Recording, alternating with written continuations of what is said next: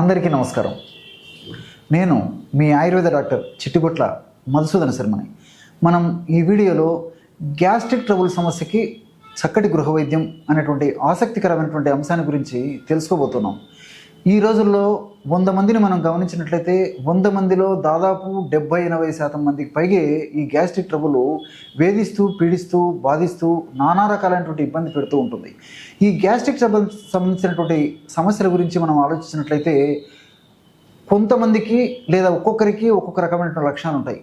అంటే కొంతమందిలో కడుపులో మంట ఉంటుంది, కొంతమందిలో కడుపులో నొప్పిగా ఉంటుంది, కొంతమందిలో కడుపు ఉబ్బరంగా ఉంటుంది, వాంతికి వచ్చినట్టు ఉంటుంది, నోట్లో నీళ్లు ఊరుతుంటాయి, అప్పుడప్పుడు వాంతులు అవుతుంటాయి, విరేచనం సరిగ్గా కాకపోవడం జరుగుతూ ఉంటుంది.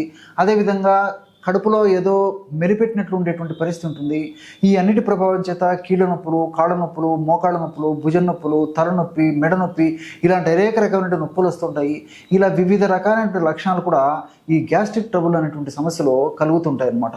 కాబట్టి వీటన్నిటిని దృష్టిలో ఉంచుకునే మన మహర్షులు వేలాది సంవత్సరాల క్రితమే సర్వేషు రోగేషు అజీర్ణం కారణం స్మృతం అని చెప్పడం జరిగింది. అంటే అనేక రకాలైనటువంటి రోగాలకు కూడా ఈ ప్రేవుల్లో జీర్ణ వ్యవస్థలో ఏర్పడేటువంటి అజీర్ణమైనటువంటి సమస్యే కారణభూతం అవుతుందని చెప్పేసి మన మహర్షులు సూక్ష్మంగానే ఆ రోజుల్లోనే చెప్పడం జరిగింది. మరి ఈ యొక్క సమస్య తగ్గేందుకు అనేక రకాల మందులు, ఆధునిక కృత్రిమ రసాయన ఔషధాలు చాలామంది వాడుతూ ఉంటారు. వాటి వల్ల వెంటనే ఉపశమనం కలిగినప్పటికీ దానివల్ల దీర్ఘకాలం పాటు వాడితే అనేక రకాలైనటువంటి దుష్ప్రభావాలు కలుగుతున్నాయని చెప్పేసి కూడా డాక్టర్లు వక్కాణించడం కూడా జరుగుతుంది. ఈ నేపథ్యంలో మనకు అందుబాటులో ఉండి మనకై మనం తయారు చేసుకోదగ్గ సులువైనటువంటి వైద్య విధానాలను అవలంబించినట్లయితే ఆ లక్షణాలు తగ్గిపోతాయి, దీర్ఘకాలం వాడినప్పటికీ ఎలాంటి ఇబ్బంది ఉండదు. అంతేకాకుండా సైడ్ ఎఫెక్ట్స్ కూడా ఉండకుండా ఉండేదానికి అవకాశం ఏర్పడుతుంది. మరి ఆ యొక్క ఔషధాన్ని ఎలా తయారు చేసుకోవాలంటే కేవలము 3 పదార్థాలతో చక్కటి ఔషధాన్ని గ్యాస్ట్రిక్ ట్రబుల్ సమస్య తగ్గేందుకు తయారు చేసుకోవచ్చు.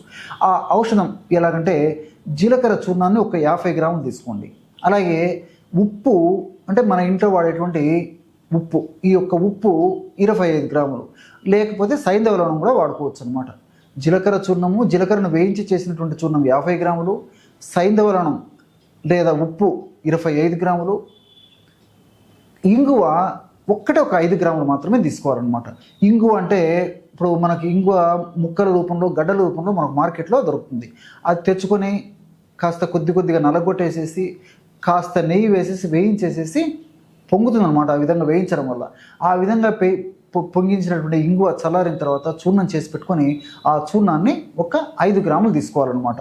కాబట్టి ఇంగువను కాస్త నేతితో వేయించి చేసినటువంటి చూర్ణం, అంటే ఆ బొరుగులాగా తయారైనటువంటి ఆ ఇంగువను వేయించడం వల్ల చూర్ణం అవుతుంది కదా, ఆ చూర్ణాన్ని ఒక 5 గ్రాములు తీసుకోవాలి. అంటే జీలకర్ర చూర్ణం 50 గ్రాములు, సైంధవ లవణ చూర్ణం లేదా ఉప్పు చూర్ణం 25 గ్రాములు, ఈ యొక్క ఇంగువ ఒక 5 గ్రాములు. ఈ 3 పదార్థాలు అన్ని బాగా కలపడం వల్ల బ్రహ్మాండమైనటువంటి గ్యాస్ట్రిక్ ట్రబుల్ చూర్ణం రెడీ అయిపోతుంది. దీన్ని ఒక గాజు సీసాలో నిల్వ ఉంచుకొని రోజు ఉదయం ఆహారం తర్వాత ఒక్కసారి, అట్లే రాత్రి ఆహారం తర్వాత మరొకసారి, అంటే ఒక 10 నిమిషాలు ఆగిన తర్వాత ఉదయం రాత్రి ఒక 100 మిల్లీలీటర్ల తాజా పలుచటి తీయటి మజ్జిగ తీసుకొని అందులో 1 గ్రామ్ ఈ యొక్క చూర్ణాన్ని కలిపి సేవించాలి. ఈ విధంగా క్రమం తప్పకుండా సేవించడం వల్ల చాలా అద్భుతమైనటువంటి ఫలితాలు ఈ గ్యాస్ట్రిక్ ట్రబుల్ సమస్యలో కలుగుతాయి. చూశారు కదా, ఎటువంటి సులువైనటువంటి ఔషధ యోగాన్ని గ్యాస్ట్రిక్ ట్రబుల్ అనేటువంటి సమస్య తగ్గేందుకు మీరు ఈ వీడియోలో తెలుసుకున్నారో. మరొక వీడియోలో మరొక అంశంతో మళ్ళీ కలుద్దాం. అంతవరకు నమస్కారం. మీ చిట్టిబొట్ల.